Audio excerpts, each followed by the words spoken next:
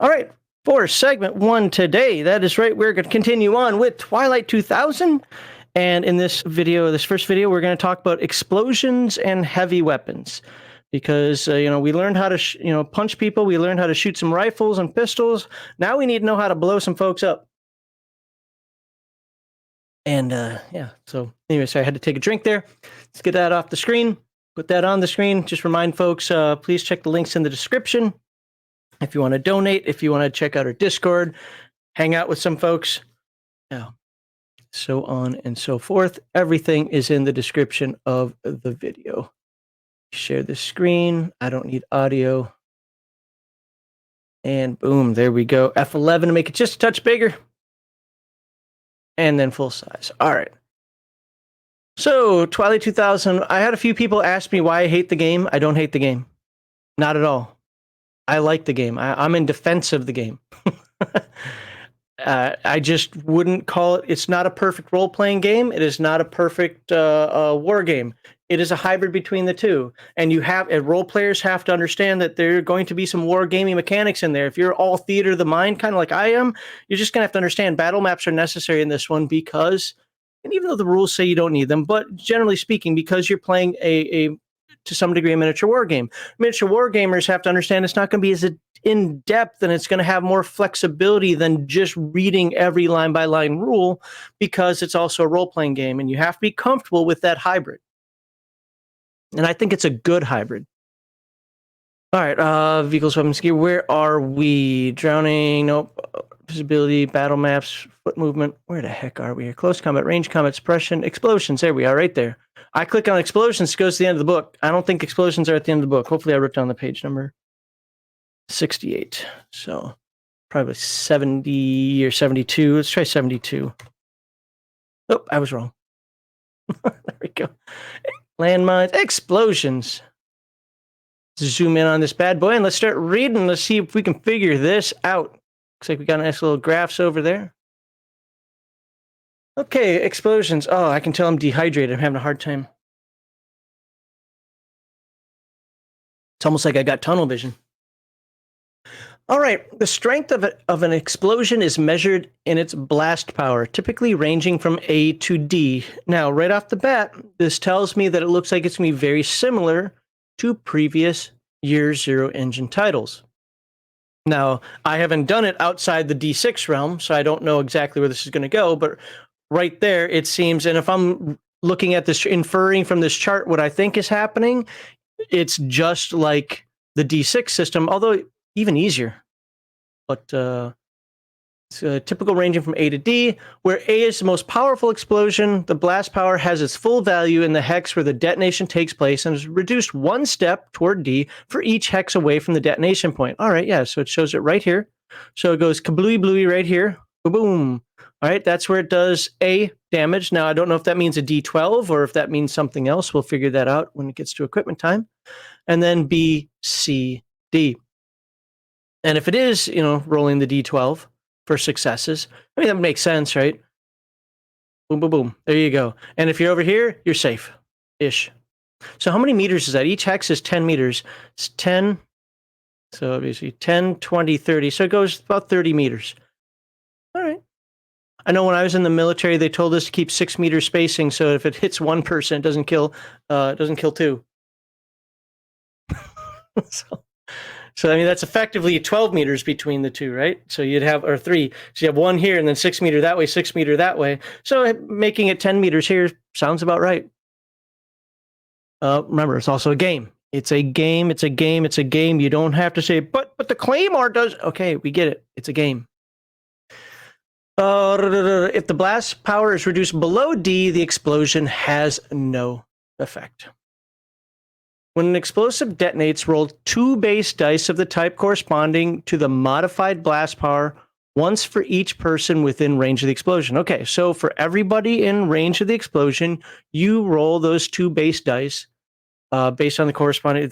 They give an example. We don't normally do examples, but hand grenade, 2d8s are rolled. Okay. Well, we'll come back to this. There's an example down here. We'll probably read the example today. It's almost like these Twilight 2000 videos have become more of a how-to than just a read-through because of the questions. But right here. So roll two base dice of the type corresponding to the modified blast power once for each person within range of the explosion. Got it. See the table below, which also indicates the base damage rating, crit rating, and armor modifier of the explosion. Okay, cool. We haven't talked about armor modifier yet. At least I don't think we have. So I'm not going to get... Oh, that's right, because... Where do you find the armor rules in this book? All right. The roll cannot be pushed. An explosion is just an explosion. You are not personally putting in any extra effort into it. You are not given that extra oomph, trying to save your life or whatever. It is just a boom that comes from a mechanical object. Therefore, you cannot push the roll. If one or more successes is rolled, the target is hit by the blast. If the damage done is increased by 1 for each additional success rolled beyond the first. Roll the hit location normally. Just as a reminder for folks, these little target symbols here, these mean successes. And a success is a 6 or higher. 2 successes is a 10 or higher. Obviously, you can't get 2 successes on a D6 or a D8. You can get 2 successes on a D10 or D12. Suppression. Any person in the blast area of an explosion, even if he is not hit, is automatically knocked prone and must make an immediate coolness under fire roll or be suppressed. This does not apply to targets inside vehicles or behind cover that the blast cannot penetrate. Basically, boom, and your gut reaction is to dive to the floor.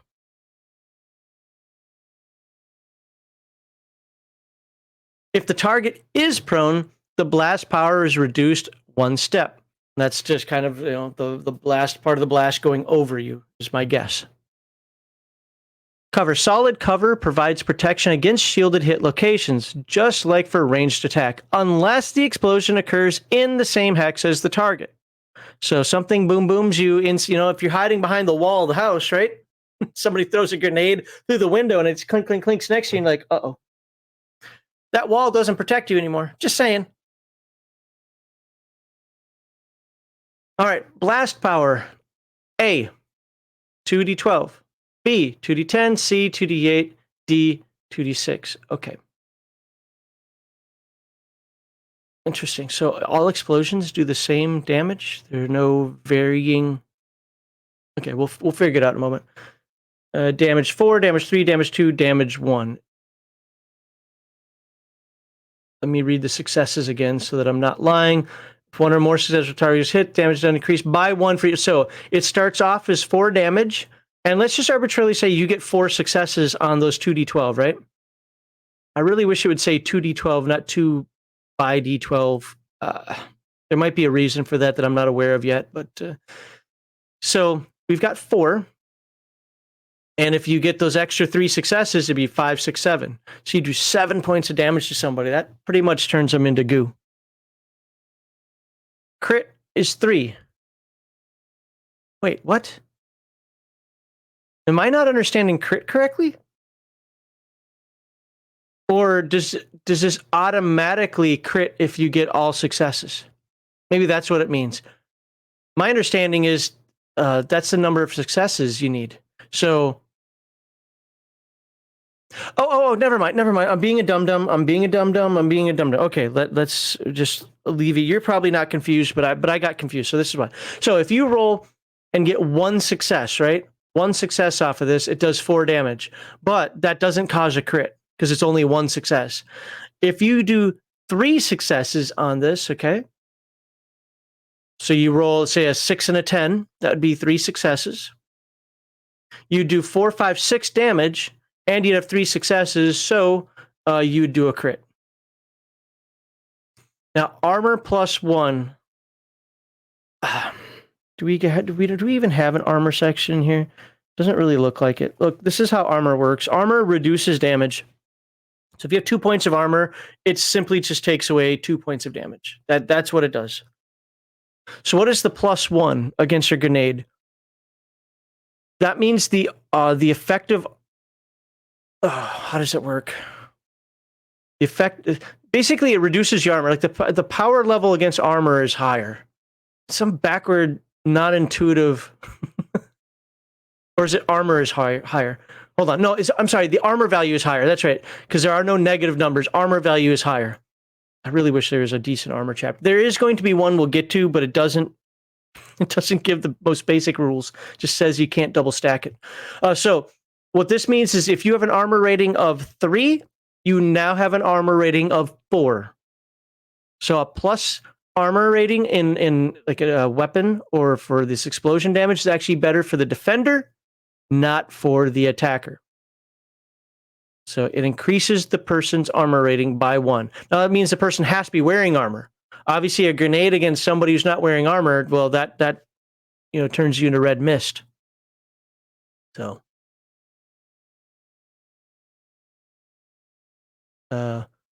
explain it to us. So if you explain it to us, so if you can't get it, well, yeah. You have to understand, I have not played the game before. I'm doing this all from reading it and understanding it that way. But yeah. But I hope that makes sense. Roll your save. So if you're out in the C area out here, right? The grenade goes off right here in A, and you're out here in C. Now, I don't know if these trees matter at all. This foliage in this case. I don't know if that matters at all. I mean, would the tree stop some of the damage? So let's not use that. Let's use this C right here. C's out in the open. It goes kabooly right here, and shrapnel goes flying out to that C over there, right? Well, we would roll. Oh, there we go. We would roll 2d8. Oh, let's see. I actually have 2d8 of the year 0 variety somewhere in here. Apparently I don't, because I think my cat's knocked my dice off my table. All right, so I have to roll it twice. Oh, my die roller's all knocked over. Cat. So I got a 2. Oh, and a 6. So that's 1 success. So 1 success means I take 2 points of damage. It's not a critical. And if I have an armor rating of 1, well, it would now be considered an armor rating of 2, and I wouldn't take any damage. If I'm not wearing any armor, I would take 2 points of damage, being that far away. Hopefully that does make sense for folks. All right.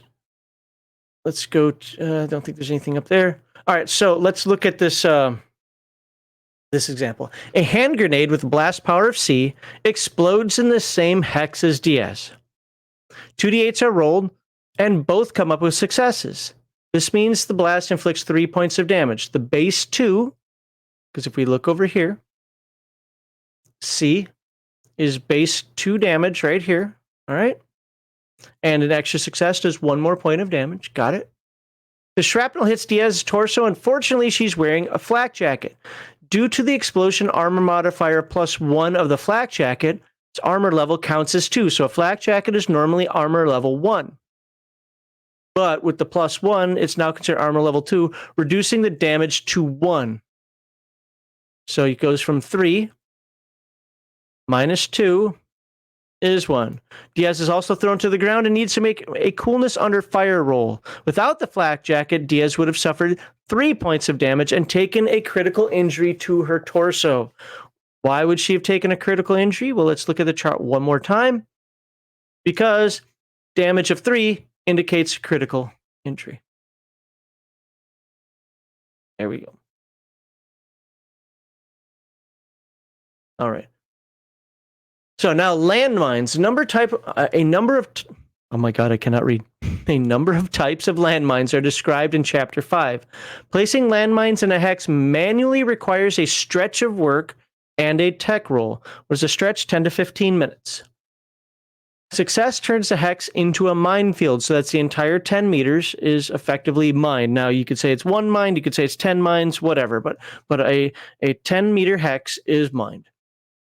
Place a mines token on it to indicate this. If you fail the roll, the minefield is created, but it will automatically be spotted by anyone moving into the hex. You can roll for tech again in the next stretch to hide the mines better. Basically, you step away and be like, hey, dum-dum, you forgot to bury them.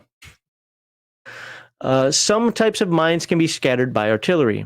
Several mine models are listed in Chapter 5, and we'll get to that in a couple weeks. I think it's in a couple of weeks or whatever. Yeah, probably a couple weeks. They fall into three main categories: anti-personnel, anti-tank, and directional. Anti-personnel mines would be like if you step on it, replace it with a milk carton, right? See how many times that actually works. Anti-tank, which you can walk over all day and all night, but don't drive over it. And directional, which are like claymores. Oh, it actually gives a description. Anti-personnel mines. These come in many forms, with the most basic type, called blast mines, detonate when stepped upon. At least one blast mine is placed in each hex. Primary purpose is to blow the victim's foot or leg off, disabling the victim rather than killing him.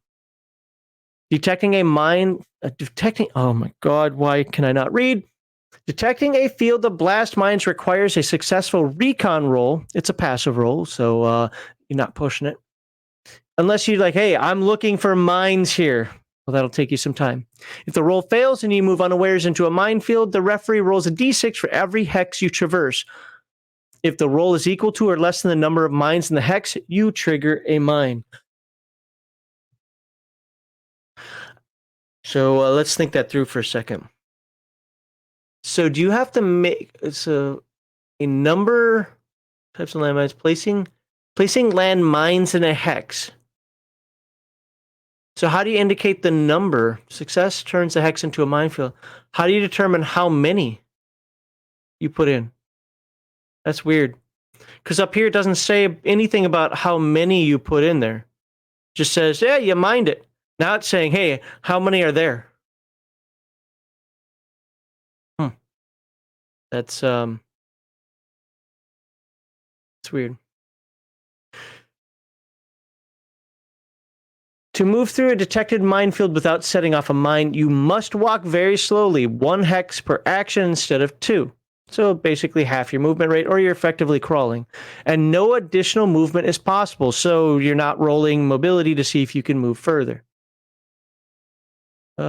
You also need to make another recon roll for each hex you move into. If you fail, roll for detection as per above. If several people move together in a line, only the leader needs to roll to detect mines. Hey, there's one there. Don't step there, you idiot. The others can follow in their footsteps. If you trigger a blast mine, you suffer direct damage to your legs equal to the unmodified damage rating of the mine. The mine also triggers an explosion in the hex, which can cause further damage to you and others. That's interesting. Is this mines or is it effective blast for directional mine of blast power B? Okay, so that would be like a claymore. We'll get to that in a moment. All right, I would say that off the cuff, these rules aren't that clear, but without playing it, I can't say that for sure. One, it doesn't say like, well, what if I said I put 10 mines in there? Is that 1 tech roll or is that 10 tech rolls? Each one a stretch. Does it take 15 minutes per mine I put in there? It just says I mined a hex. So that's weird. And then it says for the damage here, whereas if you trigger blast, you suffer direct damage to your legs. Okay, so you're not rolling randomly, equal to the unmodified damage rating of the mine. What's unmodified damage rating? Does that mean that if it's a rating B, you just take B damage? There's no roll?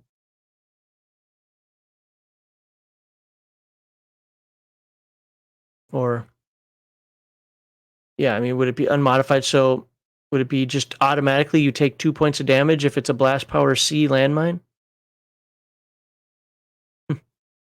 That's how I read it. I just don't know. Somebody can correct me. Ron Niabati has gone to the forums a few times for me. Here's the thing, though.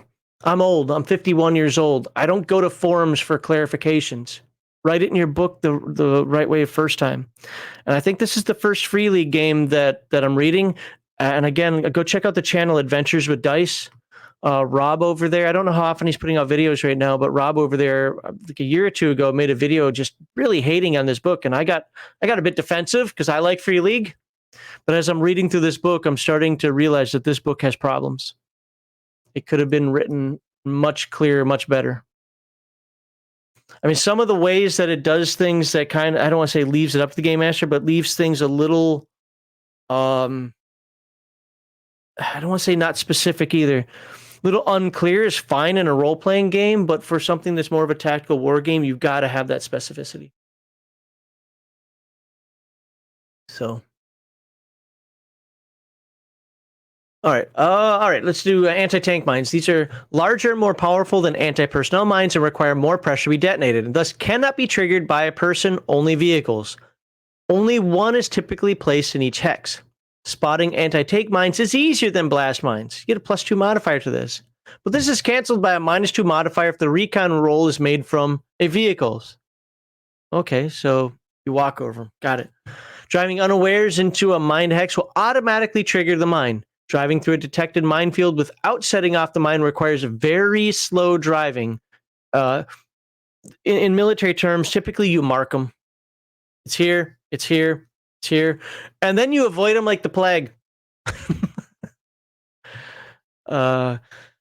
Setting off very slow driving and a successful driving roll for each hex. So if you're forced to drive through that hex, good luck.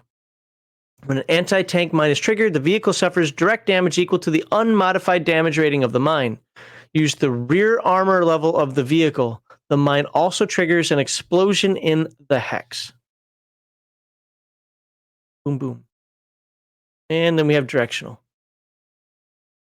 Directional mines are placed individually, not in minefields, and they're detonated remotely, usually by a tripwire. Directional mines do not inflict any direct damage, only blast damage, and only in an arc in front of the device, typically about 60 degrees. So for purposes of a hex, oh, it shows it here. Boom, boom. There you go. 60 degrees, yeah, because yeah, it is kind of hard to do 30 degrees unless you're on... Like if it's faced this way, then you could easily go that and that, but you're not. So wait, is that 60 degrees? Hold on. It's a hex. What's 360 divided by... Yeah, it's 60. Okay, so no, this is right. Never mind. This is right. Boom, boom, boom. And then it gets wider and conical. And notice that every step that it gets wider, it does less damage. Apparently my geometry is failing me right now, so I'm going to go back up here and read. However, the blast power is only decreased one step for every 3 hexes from the point of detonation instead of every hex. It's because it's much more focused. Clearing mines is dangerous work. Clearing a hex of mines requires at least a stretch of work and a tech roll. Failure will detonate a mine. You will need at least a knife or a stick. I mean, if you've watched those videos of how they remove mines in Ukraine or World War II, more advanced gear can give you positive modifiers. Yeah, you can use metal detectors and so forth, but they give a lot of false positives, though. Not sure about false negatives. They might do that as well. IEDs, improvised explosive devices, can be very effective weapons. Setting up and arming an IED requires explosive spare parts, a shift of work, and a successful tactical roll, and an idiot. You can set up the IEDs to be triggered by a tripwire or pressure plate. What it doesn't say here, or as a chest bomb, effectively turning the IED into a mine. Oh, is that whole side of that page there? Okay, we'll check that out in a moment. This requires one general spare part, or by an electronic remote controller timer requiring one electronic and one general spare part. A failed roll will detonate the device immediately, so be careful. The blast power of an IED depends on the amount and type of explosive used. You know, like a van full of fertilizer can do a lot of work. Shrapnel. Fitting your IED with shrapnel will increase the blast power by 1 step up to a maximum of A, of course, but requires an additional general spare part and gives you a -1 modifier to setting the charge. Now, we haven't talked about spare parts yet. I don't know when and if we're going to do that. I like it. Spare parts is just a general thing. You digging through the rubble, instead of saying, okay, well, you got part of a generator, you found a car door, you found somebody's used keys, whatever. You just say, you got 3 spare parts. And then you can use them for whatever you want. It makes the game simpler, quicker. Yeah, some simulations. It should be exacting. You should know what you have. Who cares? You have 3 spare parts. And you can turn those spare parts in, with a tech roll into other items you need. It just makes life a lot easier. I like the system. It's used in a couple of the other Free League games as well. And it's something I'm incorporating into my game if I can ever get my damn combat system to work the way I want it to. All right. To do requires additional damage. So shape charges have direct damage increased by 1, armor modifier of 0, and a crit rating of 1 for the target directly hit. There's no blast power against other targets in the hex. So if you have a shape charge, it hits you. You're in that hex. You're critted. Do I roll? Nope. You're critted. Setting a shape charge is difficult, -2, and requires 1 additional general spare part. All right, now we're going to go. Oh, I was going to take a look at hand grenades. Okay, so let's take a look with what the hand grenade rules are. I usually skip these things, but at this point I can't. Hand grenades use the same rules as heavy weapons with these exceptions. Roll for mobility instead of heavy weapons. The maximum range is short. You need to pull the pin before throwing the grenade. This is a fast action. Okay, fast action to pull the pin. That makes sense. I mean, if aiming is a fast action and getting your bow ready is a fast action, I would say pulling a pin is also a fast action. You don't need to spend an action to aim a grenade throw, and you don't get a penalty for not doing so. Wait, you don't need to spend an action. Oh, so you just pull the pin and chuck. By the way, throw one like a baseball, you're going to hurt your shoulder pretty quickly. Don't throw it like a baseball. If a hand grenade lands in your hex, you get to roll mobility. It's not an action, it's just a reflex. To drop prone before the detonation. You can even choose to dive onto the grenade to save your friends. You'll automatically be incapacitated and suffer a severe critical injury to your torso. Roll 2d10 on the crit list and apply the higher result. Ouch. But no one else in the hex suffers the damage from the blast. Well, that's one heck of a self-sacrifice for you, buddy. I wonder how they'd rule the like DFP sumps. So when we made DFP defensive fighting positions, we'd actually have a grenade sump in there, so that would drop the grenade below us. But anyway, direct damage. Let me look at chat here real quickly.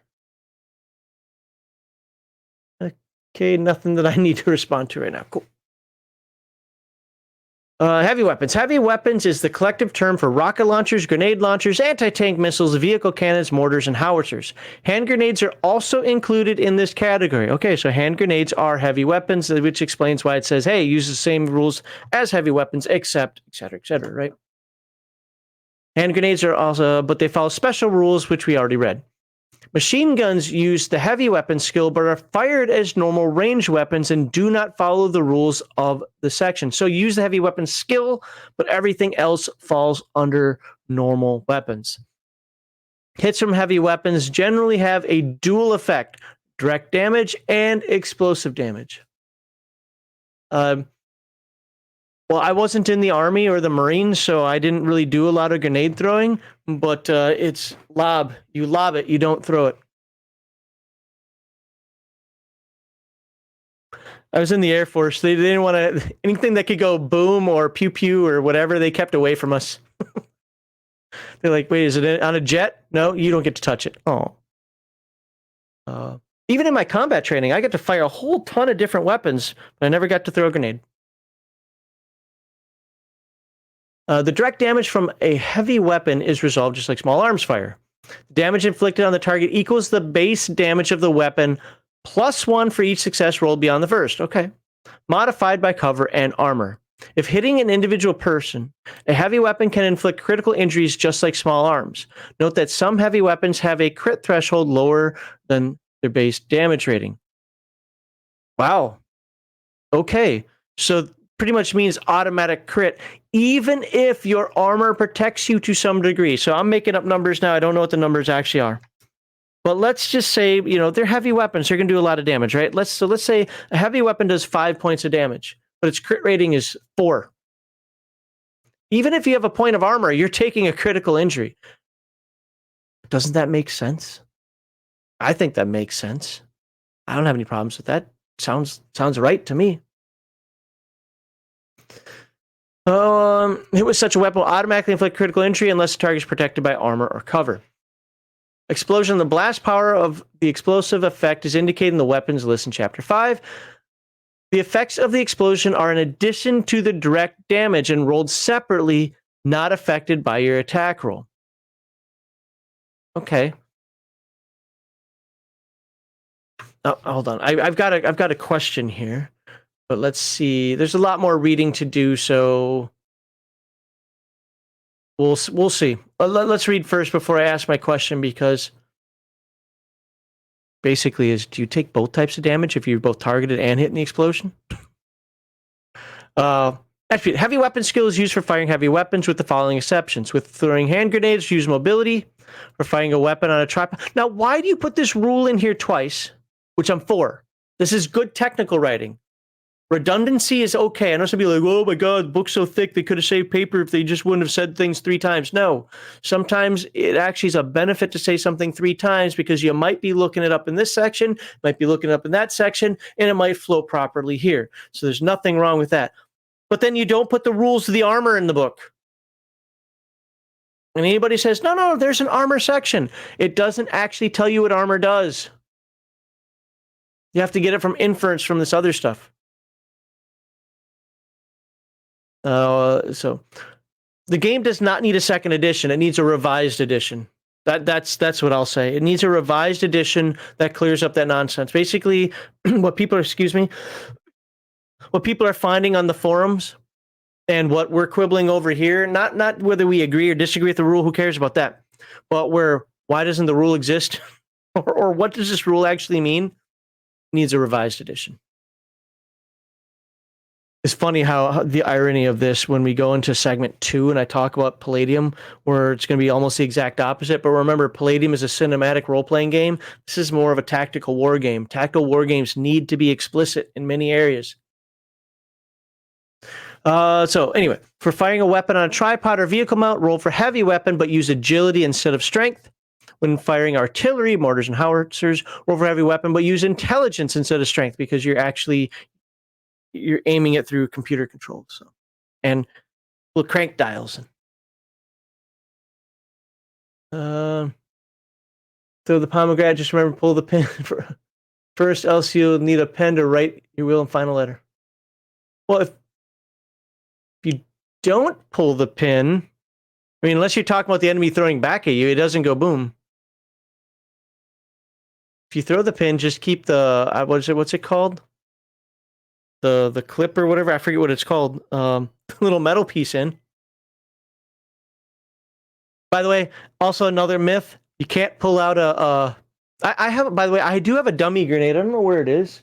My dad had it, and it was in his stuff when he died. I do have it somewhere. I just don't know where it is. And yeah, anybody who acts like you can pull out a grenade pin with your teeth, that's just a good way of losing teeth. Don't believe the movies, folks. Now, if you want to be really cool in the game and your referee is cool with it, go for it. But so spoon. That's thank you. Yeah, we got military people in here. I was Air Force. I wasn't military. Aiming a heavy weapon is a fast action, just like for small arms, except for mortars and howitzers. Aiming these is a slow action, and that makes sense. Oh, you finally showed up, huh? A heavy weapon must be aimed before it can be fired. Quick shots are not possible. I mean, it's technically possible, but you're not going to hit what you want to hit. Firing is a slow action. If you just want to see things go whooshing out somewhere. And I think somebody last week mentioned that, hey, the game doesn't have blowback, so it isn't 100% simulation. Right. What? Do you want to give it? No, they can't even see you. The camera in this mode doesn't go wide enough. So you're only cute to me. All right. Targeting. Heavy weapons are generally used against large targets such as a vehicle or an entire hex on the battle map. You get no bonus for firing at large targets. Instead, you suffer a -2 penalty if you fire heavy weapon at an individual. Great rule, by the way. Love it. Factors such as range, target movement, elevation, light, and weather give the same modifiers as for small arms. Good. Makes life simple for you. Target terrain modifiers also apply, except for attacks that target a hex instead of a specific target. Okay, well, yeah, that makes sense. I mean, if you're trying to blow away the debris with a big, heavy weapon, the debris shouldn't block your shot, right? Also, when targeting a hex, any extra successes on the attack roll have no effect. So either you hit or you don't. That's just all it is. Hit or don't hit. Heavy weapons do not use ammo dice except for rare exceptions. Always an exception to the rule. Pay attention to the weapon. But generally they don't. Generally, heavy weapons must be reloaded after each shot is fired. This is a slow action. No roll is allowed to reload faster. Reloading can be done by another person, a loader, or an autoloader if the weapon is equipped with one. See Chapter 5. That's going to be mostly for artillery and tanks and whatnot. Allowing the weapon to be fired every round. A lot of passive voice in this book, too. And here's your heavy weapon modifiers, which theoretically should be the same as the short or the regular weapon modifiers. I do like this, artillery corrections, because that's what happens, right? You go boom. Like, oh no, you gotta go a little to the right. Boom. Oh no, back a little bit to the left. I know they give more information than that, but deviation. If attack with an explosive effect fails, no matter if it was aimed at a hex or a specific target, roll 2d6 to see where the round lands. The first d6 determines the direction of deviation, and we'll look at the diagram. The second determines how far from the hex. The deviation cannot exceed half the distance to the target, rounding up. Cannot exceed half the distance to the target, rounding up. So if the target is 10 hexes away, the deviation cannot exceed 5. Okay. The target's only 4 hexes away, getting a little close with that heavy weapon, but it can't deviate by more than 2. Okay. Got it. So there we go. If you're aiming for here and you missed, let me roll my d6s. That's a d6, and that's a d6. Cat, you need to learn to leave my dice alone. I got a 2 and a 4, so it goes off in this direction right here. Hopefully you can see my mouse moving for 4 hexes. So 1, 2, 3, 4. So it'll land right here, right in the corner. Ba-doom. Hopefully there's nobody there. Or maybe you hope there is somebody there. It depends. All right. And types of ammo. We are not going to go into high explosive armor piercing ammo and so forth. If you want to know more about that, get the book and read it. Corrections. If an attack from a mortar or howitzer misses its target hex, the firer can correct the fire for a subsequent shot. Correcting counts as aiming, it's slow action, but can only be done toward the same target hex as the previous shot. Each correction gives +1 to the next attack. But you're just zeroing that bad boy in, and eventually you're going to hit where you want to hit. Up to a maximum bonus of +3, because there's always a chance that you miss. And there you go. We showed the graph of this. This is just the directions. If you don't have a map, if you're doing more theater of the mind. Indirect fire. Grenade launchers, mortars, and howitzers are capable of indirect fire, launching shells in upward arc to hit targets not visible from firing positions. Oh, you're behind a wall, are you? To hit a target with indirect fire, you need a forward observer who does have line of sight to the target and is able to communicate with you. Or just try to lob it over the wall. I mean, you don't necessarily know what you're going to hit, but if it's just some sort of wall or barrier, I don't think you necessarily have to have a forward observer for that. Maybe you do. I don't know. I got to stop complaining about little idiosyncrasies like that. So I'm not really trying to complain. It just seems very matter of fact. Must have a spotter. Oh, so I can't just range in. Maybe we're just trying to saturate an area. What if a frog had wings and it wouldn't hit its ass when it jumps, right? Okay, I got to stop doing that. Directing indirect fire requires a slow action and a recon roll. It needs to be done before the weapon is aimed. This can be a good opportunity to exchange initiatives, which we talked about in an earlier episode. If the spotter's roll fails, the indirect fire cannot hit. The gunner can still aim and fire, but the shot will automatically deviate. Oh, okay. That's fine. That's fine. I got it. Maybe I don't care about the deviation because, you know what? A roof is a roof, right? If the spotter succeeds, the gunner resolves the attack normally. Extra successes have no effect. The spotter can call in corrections. This is a slow action, requires a no dice roll. After corrections have been called in, the gunner needs to spend a slow action correcting his aim. Anti-tank guided missiles. Okay, we're almost done with this section, I think. Oh, hey, armor and cover is going to be in the next video. Yeah, so I'll show you how it doesn't tell. Watch, it actually does, and I read it like 4 times and just missed it. That'd be hilarious, wouldn't it? Unlike other weapons, anti-tank guided missiles don't strike their target immediately. Instead, they will strike the target in the following round. Whoosh. ATGMs come in two varieties. Wire guided, firing a wire guide. What's that? Toe? Is the toe or the law that's wire guided? I forget.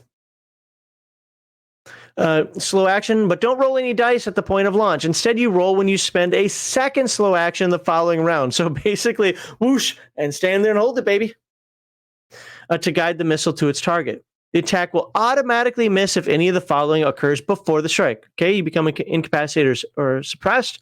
You lose line of sight. You move. Yep, you're standing out with your head, hoping for the best.